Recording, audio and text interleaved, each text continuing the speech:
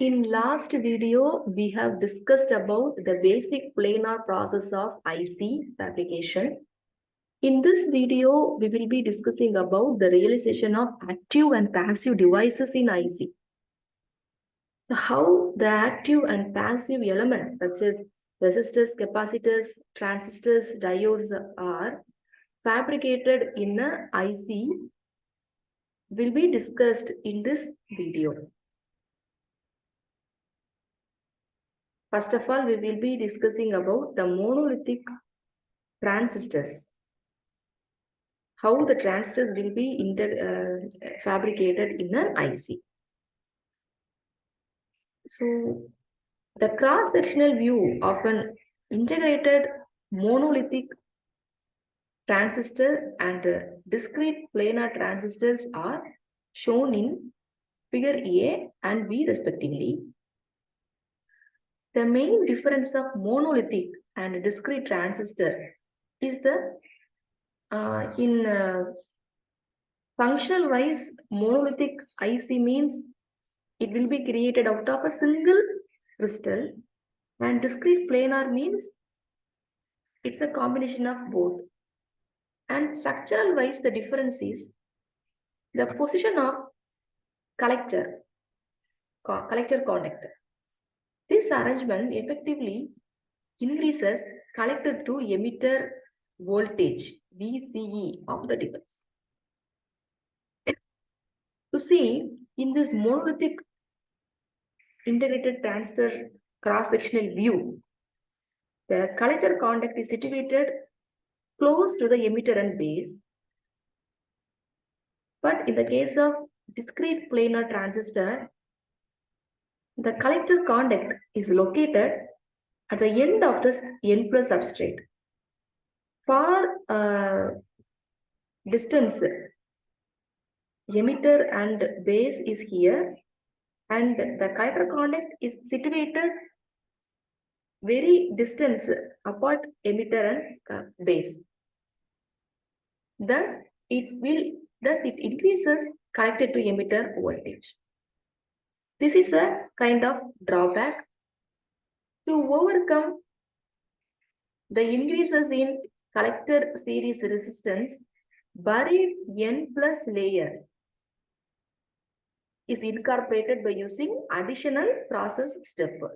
The buried layer can be processed with heavily doped N plus region in between P-type and N-type epitaxial collector. So in between, to reduce the distance between emitter base and collector contact, in this style, N plus buried layer is introduced between P substrate and epitaxial collector. The advantage of buried N plus layer is that it provides low resistivity current path. Next, we are going to see the fabrication steps of diode. Diodes are used extensively in the integrated circuits for various applications such as digital applications. Noted, in the integrated circuits, a PN junction diode is formed from the bipolar transistor. Generally, any two terminals of the transistor are connected together to get one terminal of diode, while the remaining terminal of the transistor serves as a second terminal of diode. From this, we can understand that mostly transistor is acting as a diode. Diode consists of two terminals, anode and cathode, whereas transistor consists of three terminals, base, emitter, collector, or source, drain, gate in the case of MOSFET. So, by using transistor, the any two terminal of transistor will be combined and it acts as the one terminal of the diode, and the left-off terminal of transistor will act as another terminal of diode. So, depending upon the desired circuit performance and application, diode connection is selected. The diode represented in the figure A is used in digital circuits for high-speed application because of its lowest storage time and lowest forward voltage drop. The diodes represented in figure B and E are used as stored charged devices. The diodes represented in figure C and D have highest breakdown voltages.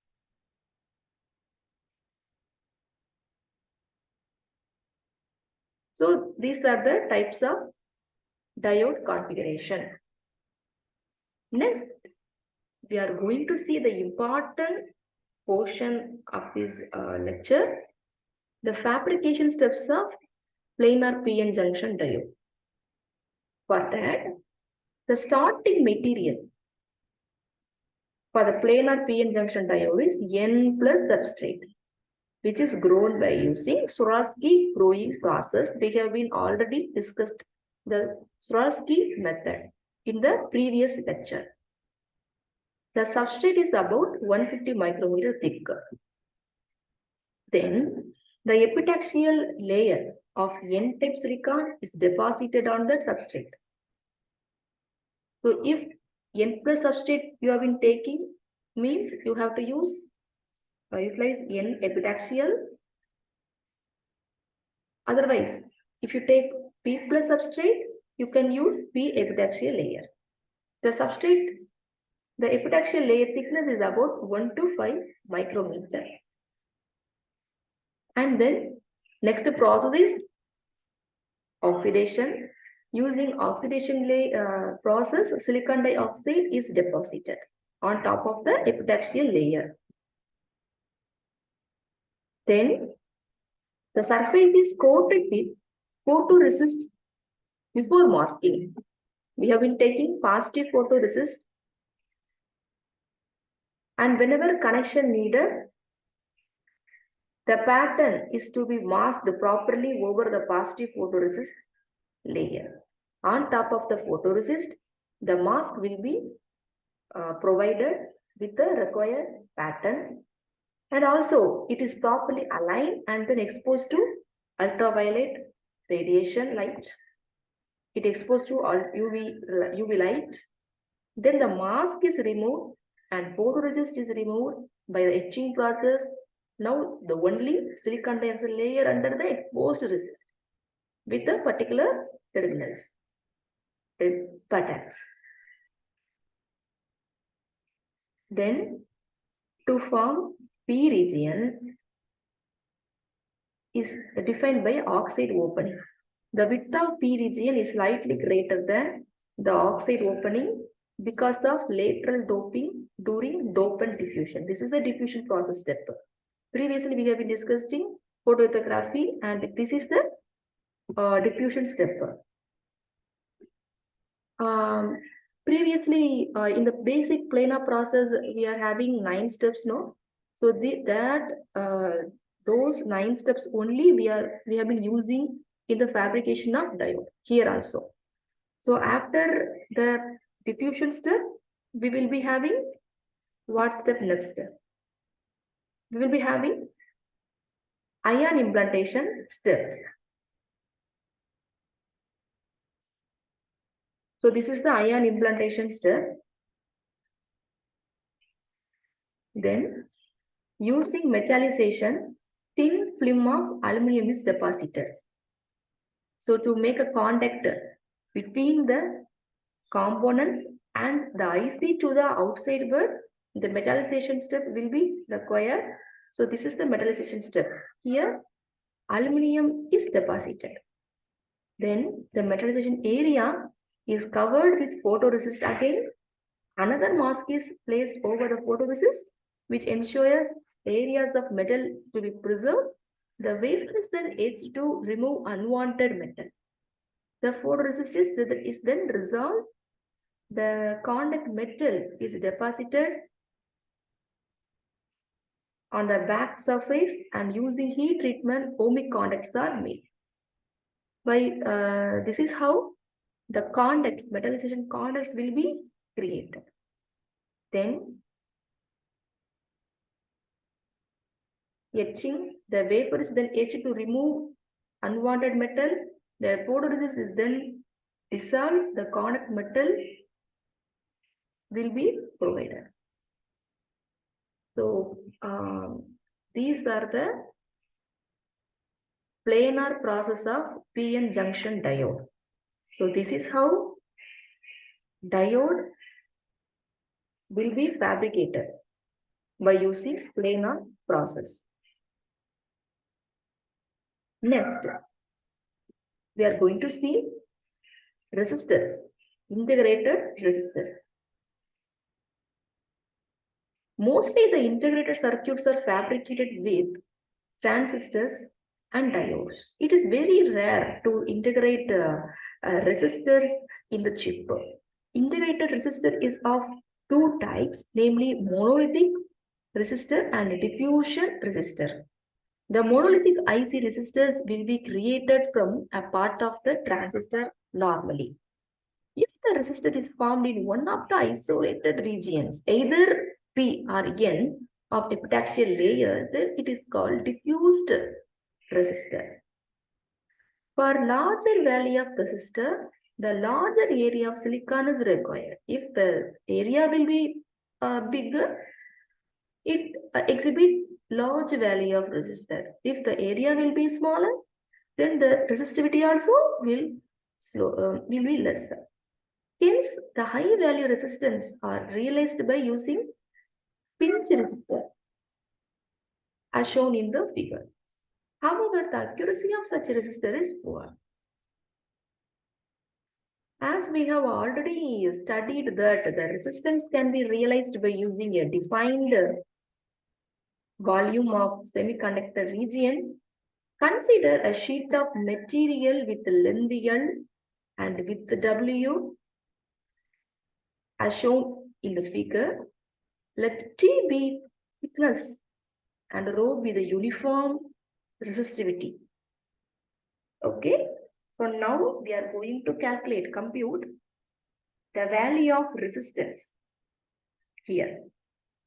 Resistance R between points A and B, A here and B here, is given by area.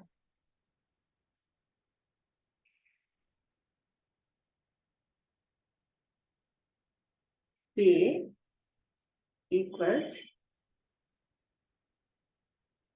rho L by A. So here rho is a uniform resistivity and L is a length of the sheet and the area. Here we can replace area as, what is area here? This is a rectangular area. So length into breadth. So length width. Okay, so here width is W and length is a T. So here T W. Okay, T W. So this is the first equation. Now assume that for square surface area, for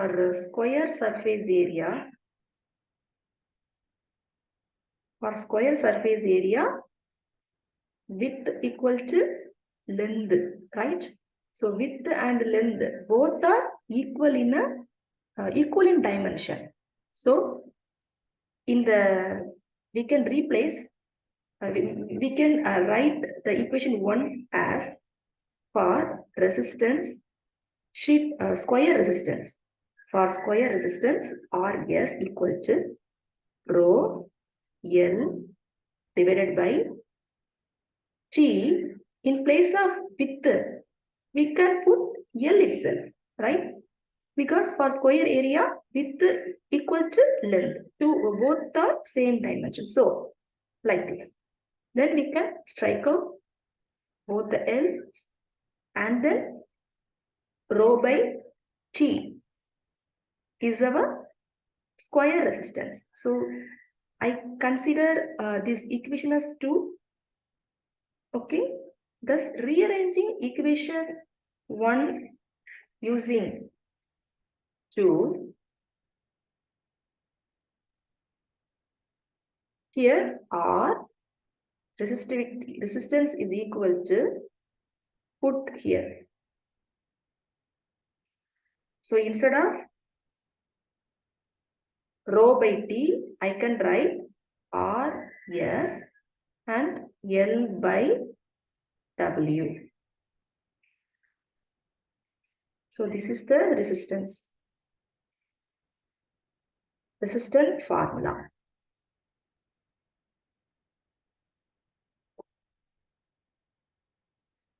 Here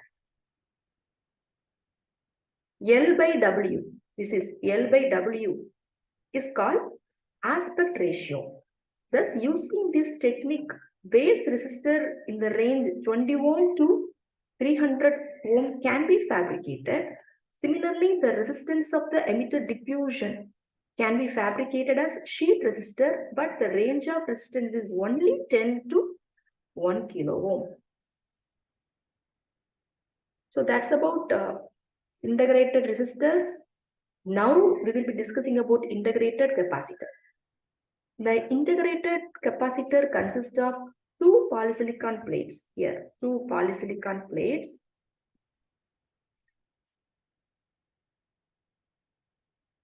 This is one plate, this is one plate.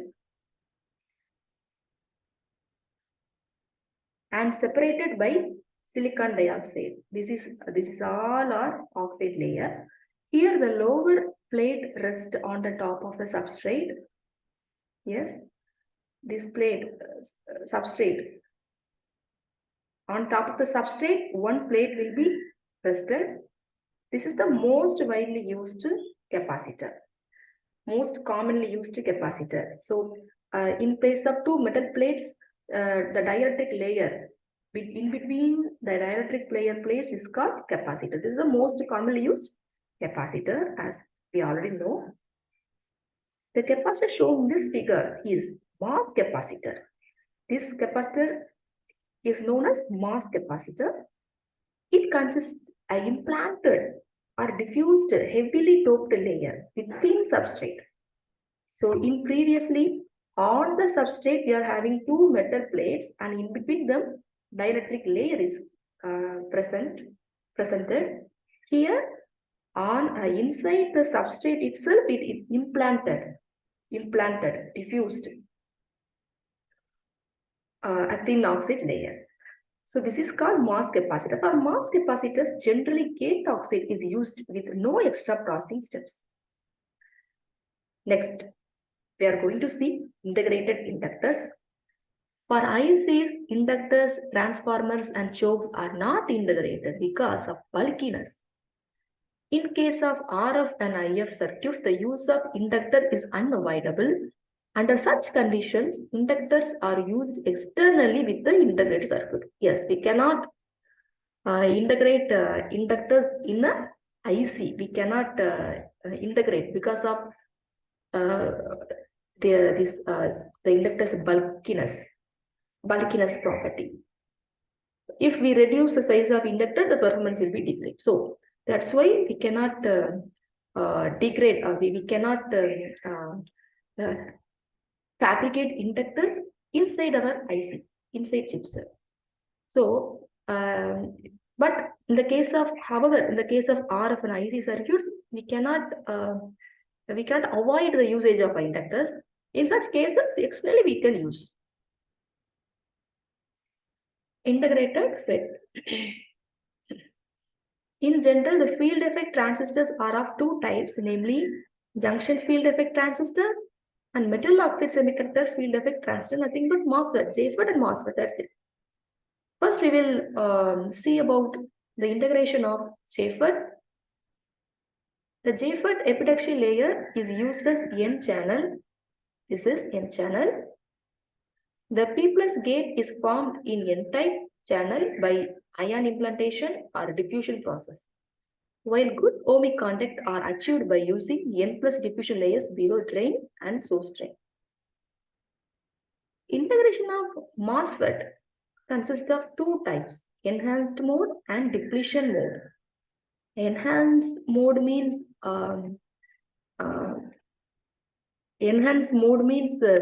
without the application of gate voltage, it will be turned on. In the depletion mode, by the application of input voltage only, the transistor can be made on. This is a diagrammatic representation of enhancement mode and depletion mode MOSFET. Then here we are having CMOS, integrated CMOS. When N-channel MOSFET and P-channel MOSFET both are integrated on the same chip, the device is termed as complementary CMOS. In CMOS fabrication, N-type well is diffused in P-type substrate. Also, P-channel MOSFET is fabricated within this N-well. The additional steps are formation of N-well and ion implantation of P-type source and drain regions. So in this video, we have discussed about various active and passive components integration steps, especially transistors, diodes, resistor, capacitor, and various type of transistors like FET, CMOS, MOSFET, like that we have been seeing. In next video, we will be discussing about